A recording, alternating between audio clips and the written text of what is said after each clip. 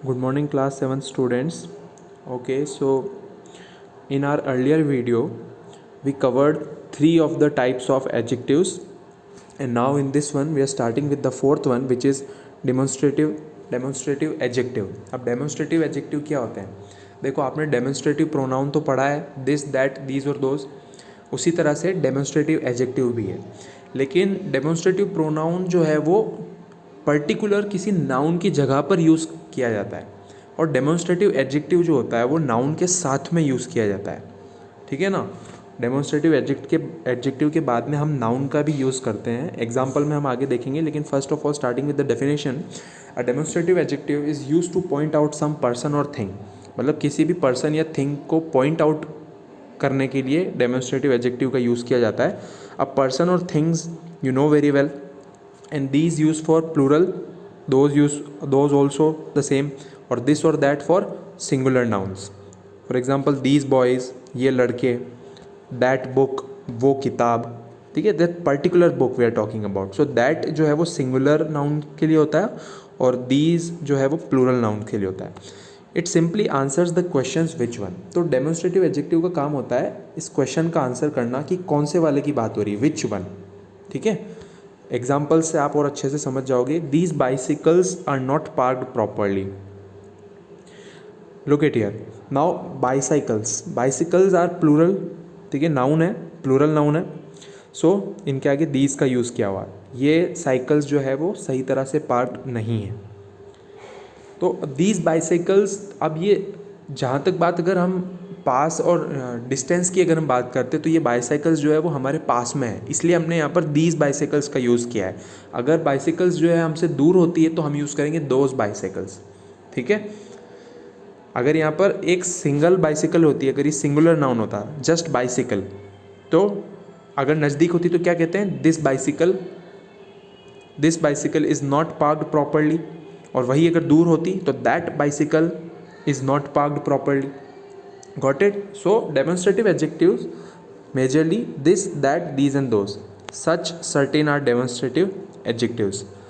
Now one thing you have to remember here, that demonstrative pronoun stands alone while demonstrative adjective is followed by a noun. देखो, demonstrative pronoun जो होता है वो भी आपने पढ़ा हुआ है, और अभी आप पढ़ रहे हो डेमोन्स्ट्रेटिव एडजेक्टिव.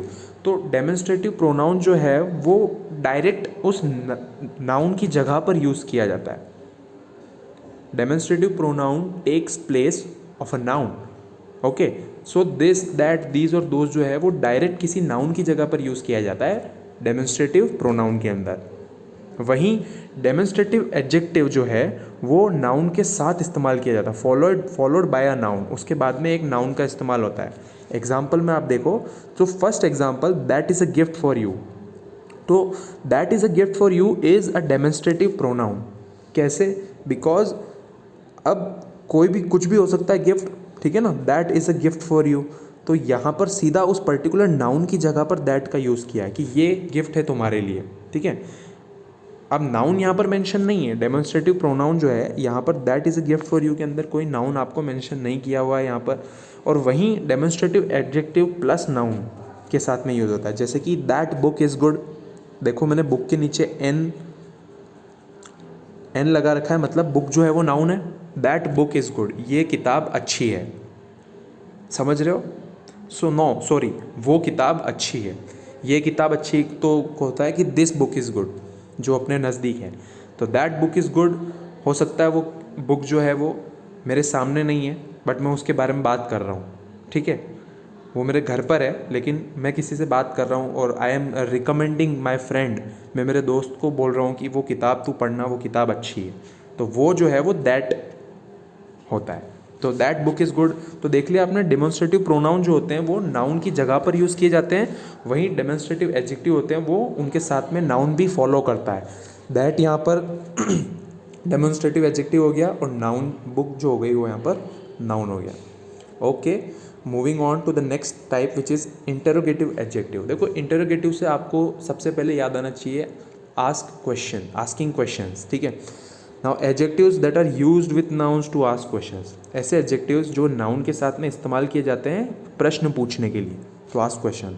उनको इंटरोगेटिव एडजेक्टिव्स कहते हैं. For example, what lessons did the teacher teach, whose book is that, which umbrella is yours. ठीक है. अब व्हाट जो होता है वो हम जनरल इन्फॉर्मेशन के लिए यूज़ करते हैं. हुज जो होता है वो हम पोजेशन के लिए यूज़ करते हैं, या किसी की बिलोंगिंग है, कोई पर्टिकुलर चीज़ जो है वो किसी की संपत्ति है. ठीक है. तो उसके लिए हम हुज का इस्तेमाल करते हैं. For example, whose book is this. ठीक है. हुज पेन इज़ दिस हम बोलते हैं, सुना होगा आपने भी कितनी बार. ठीक है. Whose bike is this, this bike is not parked properly, so whose bike is this. उसी तरह से मतलब वो किसकी है, मतलब ओनर कौन है उसका. तो पोजेशन के लिए हम हुज का यूज़ करते हैं. और विच अम्ब्रेला इज़ योर्स, और विच जो होता है हम जब जहाँ पर चॉइस होती है, जब यहाँ जहाँ पर एक से ज़्यादा के बारे में बात की जाती है, तो which umbrella is yours. So there are may be 2 or 3 umbrellas, more than 1 umbrellas are there. ठीक है ना. यहाँ पर 2 या 3 अम्ब्रेलाज हैं, लेकिन तुम्हारा कौन सा वाला है, तुम्हारी छतरी कौन सी है. तो उसके लिए हम यूज़ करते हैं विच अम्ब्रेला इज़ योर्स. जब हमारे पास में ऑप्शंस होते हैं और हमको पूछना होता है कि इनमें से कौन सा वाला, then we have to use which. Okay. Now one thing also in this you have to remember, which interrogative adjectives differ from interrogative pronouns in the manner that the former is followed by a noun in a sentence. Same जैसा कि आपने demonstrative pronoun और demonstrative adjective के अंदर था, उसी तरह से इसके अंदर भी ऐसा ही है कि इंटरोगेटिव प्रोनाउंस जो है वो डायरेक्ट नाउन की जगह लेते हैं, और ये जो होता है इंटरोगेटिव एडजेक्टिव वो नाउन उसके साथ में आता है. Now look here in this 2 examples. So the first example जो आप देख रहे हो, what is the latest news, is an interrogative pronoun. ये एक interrogative pronoun है. कैसे? क्योंकि what is the latest news, ये what जो है वो डायरेक्ट नाउन की जगह पर यूज़ किया हुआ है कि लेटेस्ट न्यूज़ क्या है. इस सेंटेंस के अंदर आपको कोई नाउन नज़र नहीं आ रहा है, what is the latest news, तो what जो है वो खुद नाउन की जगह पर यूज़ किया हुआ है. ठीक है. और सेकंड अब आप देखो जो कि इंटरोगेटिव एडजेक्टिव प्लस नाउन है, व्हाट टाइम इज़ इट. तो यहाँ पर नाउन क्या हुआ, टाइम. ठीक है. तो इंटरोगेटिव एडजेक्टिव के जस्ट बाद में नाउन का यूज़ किया हुआ कि क्या टाइम हो रहा है. तो वैसे इंटरोगेटिव एडजेक्टिव और प्रोनाउन जो होते हैं वो क्वेश्चंस पूछने के लिए होते हैं, लेकिन there is some sort of difference between both of them. Now possessive adjective. A possessive adjective shows possession or belonging, but they do not replace the noun as possessive pronouns do. It answers the question whose.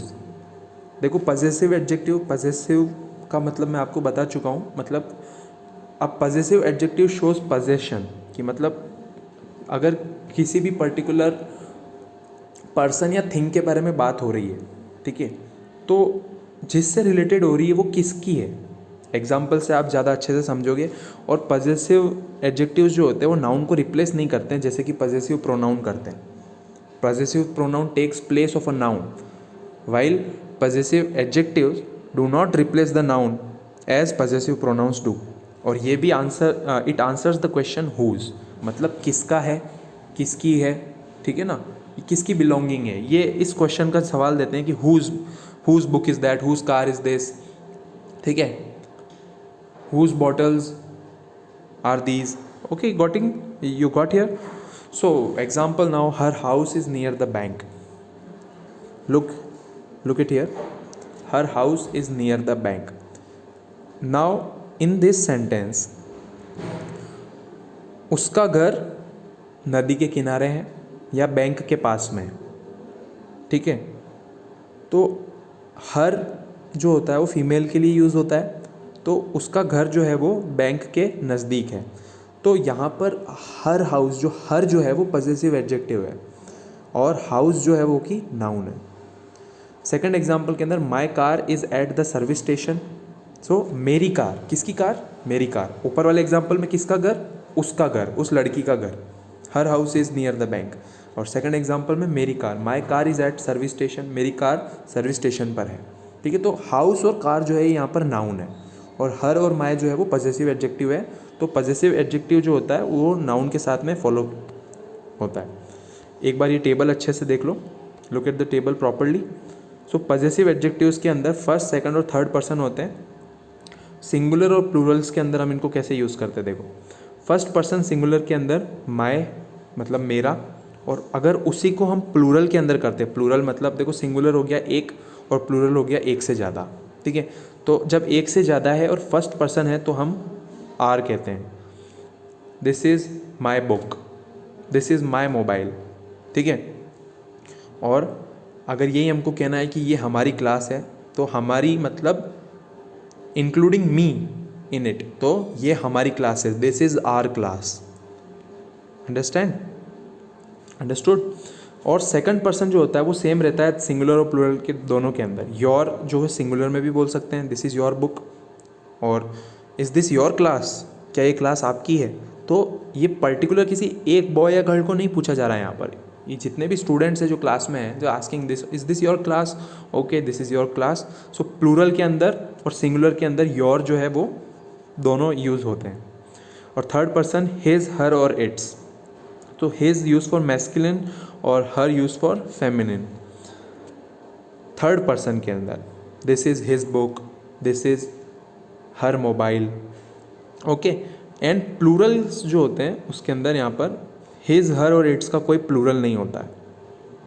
उसी तरह से third person के अंदर plural जो होता है वो there होता है। तो now look at some examples here. A possessive adjective is placed before a noun while possessive pronoun is used in place of a noun. अब ये possessive adjective होता है जो noun से पहले यूज़ किया जाता है, और possessive pronoun जो है वो noun की जगह पर यूज़ किया जाता है। जैसे कि हम सारे देख रहे हैं, देखो pronoun जो है वो सारे के सारे pronoun noun की जगह पर यूज़ किए जाते हैं, और adjective जो होते हैं वो या तो noun से पहले या noun के बाद में यूज़ किए जाते हैं। मतलब उस noun को डिस्क्राइब, एडजेक्टिव का काम होता है नाउन को डिस्क्राइब करना, नाउन को क्वालिफाई करना, उसकी क्वालिटी बताना या उसके बारे में कुछ भी इंफॉर्मेशन बताना, वो काम होता है एडजेक्टिव का।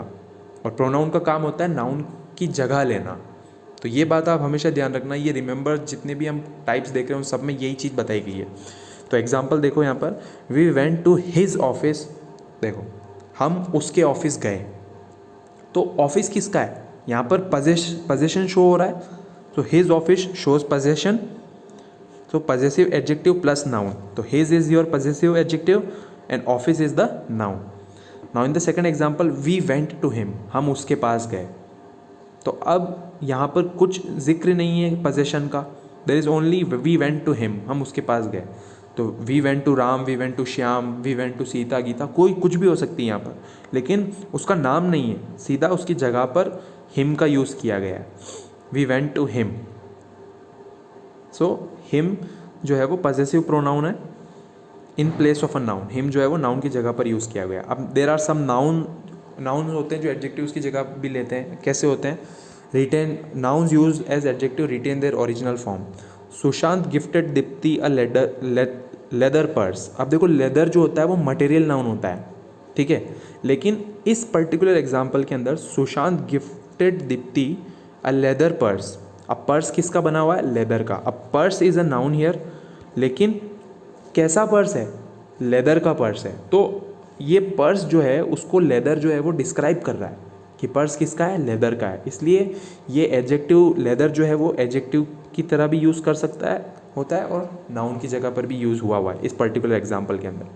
Here leather functions as an adjective for purse which is a noun. Sushant gifted Dipti a purse made of pure leather, ठीक है ना, pure leather is also the same. Here leather is a noun, यहाँ पर leather एक noun है। Second example जो है Sushant gifted Dipti a purse made of pure leather, यहाँ पर लेदर एडजेक्टिव नहीं है, leather is a noun only.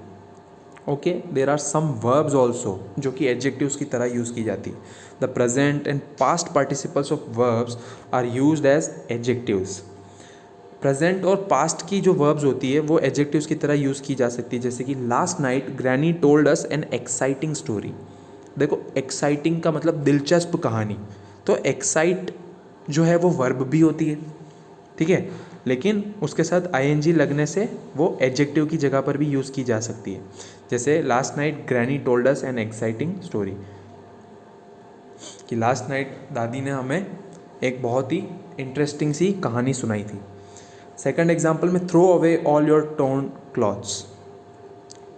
Torn clothes मतलब फटे पुराने कपड़े जो है, तो टॉर्न भी एक वर्ब होती है अपने आप में, लेकिन यहाँ पर क्लोथ्स जो है वो आपका नाउन है, और टॉर्न जो है वो उस नाउन को डिस्क्राइब करा हुआ है।